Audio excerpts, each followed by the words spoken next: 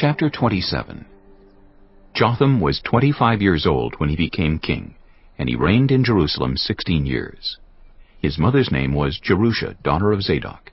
He did what was right in the eyes of the Lord, just as his father Uzziah had done. But unlike him, he did not enter the temple of the Lord.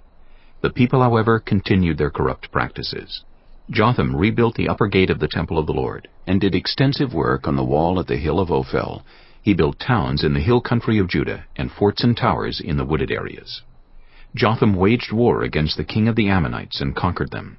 That year the Ammonites paid him 100 talents of silver, 10,000 cores of wheat, and 10,000 cores of barley. The Ammonites brought him the same amount also in the second and third years. Jotham grew powerful because he walked steadfastly before the Lord his God. The other events in Jotham's reign, including all his wars and the other things he did, are written in the book of the kings of Israel and Judah. He was 25 years old when he became king, and he reigned in Jerusalem 16 years. Jotham rested with his ancestors and was buried in the city of David, and Ahaz his son succeeded him as king. Chapter 9. Nevertheless, there will be no more gloom for those who were in distress. In the past he humbled the land of Zebulun and the land of Naphtali. But in the future he will honor Galilee of the nations, by the way of the sea, beyond the Jordan. The people walking in darkness have seen a great light. On those living in the land of deep darkness, a light has dawned. You have enlarged the nation and increased their joy. They rejoice before you, as people rejoice at the harvest, as warriors rejoice when dividing the plunder. For as in the day of Midian's defeat, you have shattered the yoke that burdens them, the bar across their shoulders, the rod of their oppressor. Every warrior's boot used in battle, and every garment rolled in blood, will be destined for burning, will be fuel for the fire. For to us a child is born, to us a son is given, and the government will be on his shoulders, and he will be called Wonderful Counselor, Mighty God, Everlasting Father, Prince of Peace. Of the greatness of his government and peace there will be no end. He will reign on David's throne and over his kingdom, establishing and upholding it with justice and righteousness from that time on and forever. The zeal of the Lord Almighty will accomplish this. The Lord has sent a message against Jacob. It will fall on Israel. All the people will know it. Ephraim and the inhabitants of Samaria, who say with pride and arrogance of heart, "The bricks have fallen down, but we will rebuild with dressed stone. The fig trees have been felled, but we will replace them with cedars." But the Lord has strengthened Rezon's foes against them, and has spurred their enemies on. Arameans from the east and Philistines from the west have devoured Israel with open mouth. Yet for all this, his anger is not turned away. His hand is still upraised. But the people have not returned to him, who struck them. Nor have they sought the Lord Almighty. So the Lord will cut off from Israel both head and tail, both palm branch and reed in a single day. The elders and dignitaries are the head. The prophets who teach lies are the tail. Those who guide this people mislead them, and those who are guided are led astray. Therefore the Lord will take no pleasure in the young men, nor will he pity the fatherless and widows. For everyone is ungodly and wicked. Every mouth speaks folly. Yet for all this, his anger is not turned away. His hand is still upraised. Surely wickedness burns like a fire. It consumes briars and thorns. It sets the forest thickets ablaze, so that it rolls upward in a column of smoke. By the wrath of the Lord Almighty, the land will be scorched, and the people will be fuel for the fire. They will not spare one another. On the right they will devour, but still be hungry. On the left they will eat, but not be satisfied. Each will feed on the flesh of their own offspring. Manasseh will feed on Ephraim, and Ephraim on Manasseh. Together they will turn against Judah. Yet for all this, his anger is not turned away. His hand is still upraised. Chapter 10.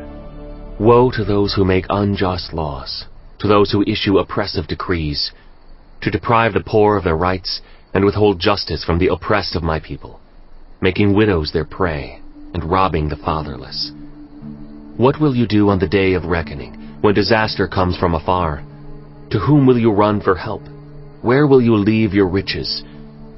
Nothing will remain but to cringe among the captives or fall among the slain. Yet for all this, his anger is not turned away. His hand is still upraised. Woe to the Assyrian, the rod of my anger, in whose hand is the club of my wrath. I send him against a godless nation. I dispatch him against a people who anger me, to seize loot and snatch plunder, and to trample them down like mud in the streets. But this is not what he intends. This is not what he has in mind. His purpose is to destroy, to put an end to many nations. Are not my commanders all kings? He says.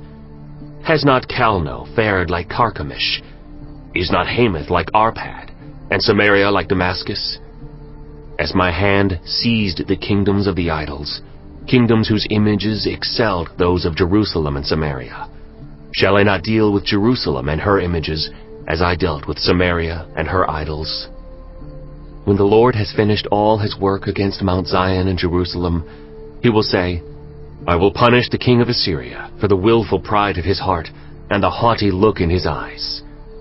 For he says, By the strength of my hand I have done this, and by my wisdom, because I have understanding.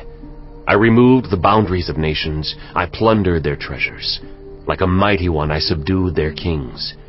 As one reaches into a nest, so my hand reached for the wealth of the nations. As people gather abandoned eggs, so I gathered all the countries. Not one flapped a wing, or opened its mouth to chirp.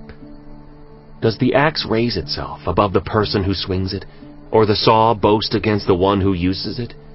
As if a rod were to wield the person who lifts it up, or a club brandish the one who is not wood. Therefore, the Lord Almighty, will send a wasting disease upon his sturdy warriors. Under his pomp a fire will be kindled, like a blazing flame. The light of Israel will become a fire, their Holy One a flame. In a single day it will burn and consume his thorns and his briars. The splendor of his forests and fertile fields it will completely destroy, as when a sick person wastes away. And the remaining trees of his forests will be so few that a child could write them down. In that day the remnant of Israel, the survivors of Jacob, will no longer rely on him who struck them down, but will truly rely on the Lord, the Holy One of Israel. A remnant will return. A remnant of Jacob will return to the mighty God. Though your people be like the sand by the sea, Israel, only a remnant will return. Destruction has been decreed, overwhelming and righteous. The Lord Almighty, will carry out the destruction decreed upon the whole land. Therefore this is what the Lord Almighty says, My people who live in Zion, do not be afraid of the Assyrians, who beat you with a rod and lift up a club against you, as Egypt did. Very soon my anger against you will end, and my wrath will be directed to their destruction. The Lord Almighty will lash them with a whip, as when he struck down Midian at the rock of Oreb. And he will raise his staff over the waters, as he did in Egypt. In that day their burden will be lifted from your shoulders, their yoke from your neck. The yoke will be broken, because you have grown so fat. They enter Ayath, they pass through Migron, they store supplies at Michmash. They go over the pass and say, We will camp overnight at Geba. Ramah trembles. Gibeah of Saul flees. Cry out, daughter Gallim. Listen, Laishah. Poor Anathoth. Madmenah is in flight. The people of Gebim take cover. This day they will halt at Nob. They will shake their fist at the mount of daughter Zion, at the hill of Jerusalem. See, the Lord Almighty, will lop off the boughs with great power. The lofty trees will be felled, the tall ones will be brought low. He will cut down the forest thickets with an axe. Lebanon will fall before the Mighty One. Chapter 11. A shoot will come up from the stump of Jesse. From his roots a branch will bear fruit. The Spirit of the Lord will rest on him, the Spirit of wisdom and of understanding, the Spirit of counsel and of might, the Spirit of the knowledge and fear of the Lord. and he will delight in the fear of the Lord.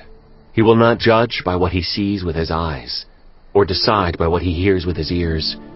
But with righteousness he will judge the needy. With justice he will give decisions for the poor of the earth. He will strike the earth with the rod of his mouth. With the breath of his lips he will slay the wicked. Righteousness will be his belt, and faithfulness the sash around his waist. The wolf will live with the lamb. The leopard will lie down with the goat. The calf and the lion and the yearling together, and a little child will lead them. The cow will feed with the bear. Their young will lie down together, and the lion will eat straw like the ox. The infant will play near the cobra's den. The young child will put its hand into the viper's nest. They will neither harm nor destroy on all my holy mountain, for the earth will be filled with the knowledge of the Lord, as the waters cover the sea. In that day, the root of Jesse will stand as a banner for the peoples. The nations will rally to him, and his resting place will be glorious. In that day, the Lord will reach out his hand a second time to reclaim the surviving remnant of his people from Assyria, from Lower Egypt, from Upper Egypt, from Cush, from Elam, from Babylonia, from Hamath, and from the islands of the Mediterranean. He will raise a banner for the nations and gather the exiles of Israel. He will assemble the scattered people of Judah from the four quarters of the earth. Ephraim's jealousy will vanish, and Judah's enemies will be destroyed. Ephraim will not be jealous of Judah, nor Judah hostile toward Ephraim. They will swoop down on the slopes of Philistia to the west. Together they will plunder the people to the east. They will subdue Edom and Moab, and the Ammonites will be subject to them. The Lord will dry up the gulf of the Egyptian sea. With a scorching wind he will sweep his hand over the Euphrates River. He will break it up into 7 streams, so that anyone can cross over in sandals. There will be a highway for the remnant of his people that is left from Assyria, as there was for Israel when they came up from Egypt. Chapter 12. In that day you will say, I will praise you, Lord. Although you are angry with me, your anger has turned away, and you have comforted me. Surely God is my salvation. I will trust and not be afraid. The Lord himself, is my strength and my defense. He has become my salvation. With joy you will draw water from the wells of salvation. In that day you will say, Give praise to the Lord. Proclaim his name. Make known among the nations what he has done, and proclaim that his name is exalted. Sing to the Lord, for he has done glorious things. Let this be known to all the world. Shout aloud and sing for joy, people of Zion, for great is the Holy One of Israel among you.